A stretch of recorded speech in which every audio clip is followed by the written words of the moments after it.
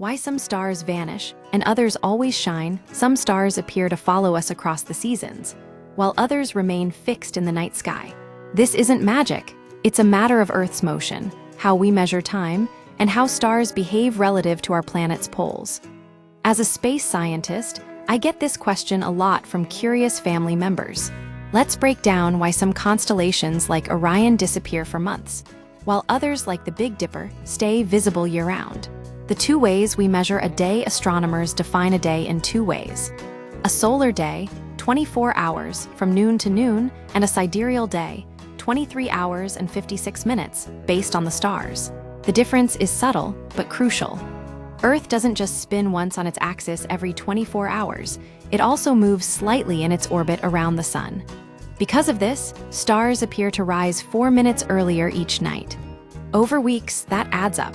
A star visible at 10 p.m. one month might be visible at 8 p.m. the next. This is why Orion isn't always visible. In late December, it hangs low on the horizon, but by February, it's nearly overhead. If you want to see it in August in North America, you'll have to wake up at 4:30 a.m. and look eastward. Circumpolar stars. The ones that never set. Some stars are circumpolar, they never rise or set.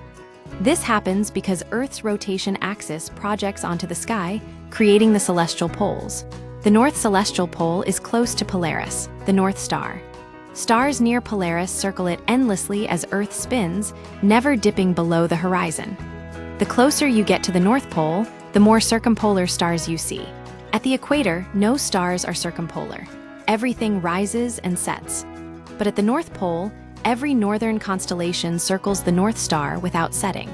The pattern reverses in the southern hemisphere, with constellations circling the South Celestial Pole. Earth's slow wobble over millennia. Earth's spin axis slowly precesses due to the gravitational pull of the Sun and Jupiter. This is like a spinning top wobbling as it slows down. Because of this wobble, Polaris won't always be the North Star. About 12,000 years from now, Vega will take its place, over 50 degrees across the night sky from Polaris.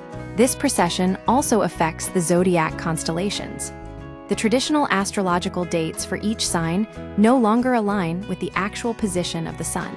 For example, the sun is now in Sagittarius from December 18 to January 19, not November 22 to December 21, as it was when the zodiac was first devised. In early December, the sun actually passes through Ophiuchus, a constellation excluded from the traditional zodiac. These changes are gradual, unfolding over weeks, months, or millennia. If you want an instant perspective shift, a trip to the opposite hemisphere will show you Orion upside down and the night sky rotating in the opposite direction.